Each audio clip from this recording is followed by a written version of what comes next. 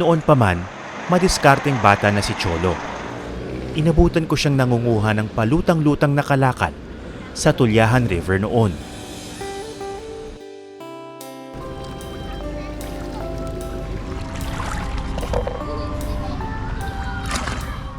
Ano yung mga kinukuha mo sa tubig?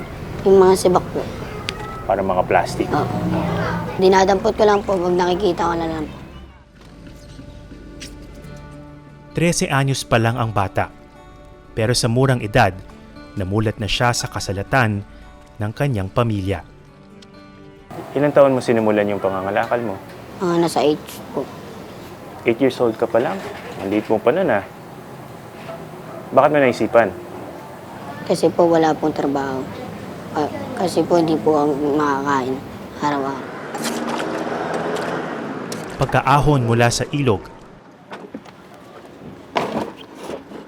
pinapatuyo, pinaghihiwa-hiwalay, at maayos na isinasalansa ni Cholo ang mga naipong kalakal. Iniipon niya muna ang mga ito bago ibenta sa junk shop.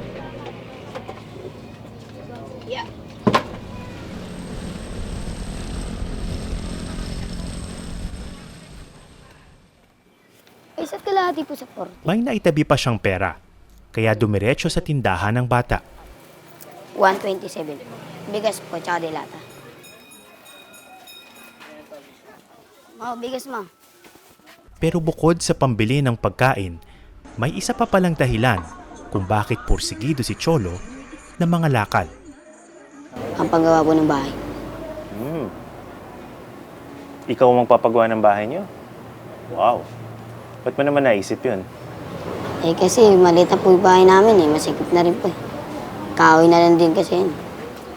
Siksikan kayo doon? Opo, siksikan lang din po.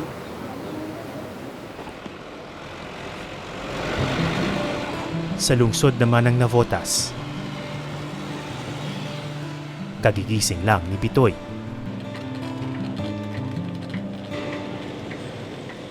Laman ng kalsada ang 12 anyos na bata.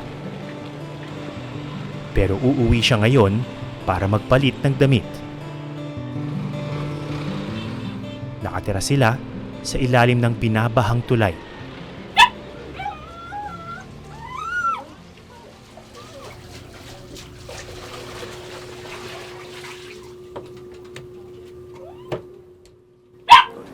Natutulog ka ba dito sa bahay ninyo? Opo, minsan. Minsan. Pero mas madalas wala ka dyan. Opo, doon ako natulog sa Saan? jeep. Bakit doon ka natutulog sa jeep imbis na dito sa bahay ninyo? Wala nga po nakain. Pagkabihis, agad nang lumakad si Bitoy.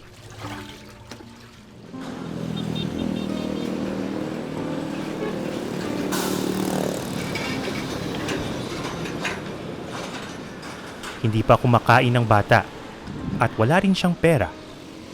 Saan ka kumikita ng pera ngayon? Ngayon? Fishport po. Labin po. Anong trabaho ang ginagawa mo sa Ang hila fishport? po. Minsan nabantay. Magkano ang binibigay sa'yo? Minsan, 50, minsan 20, minsan.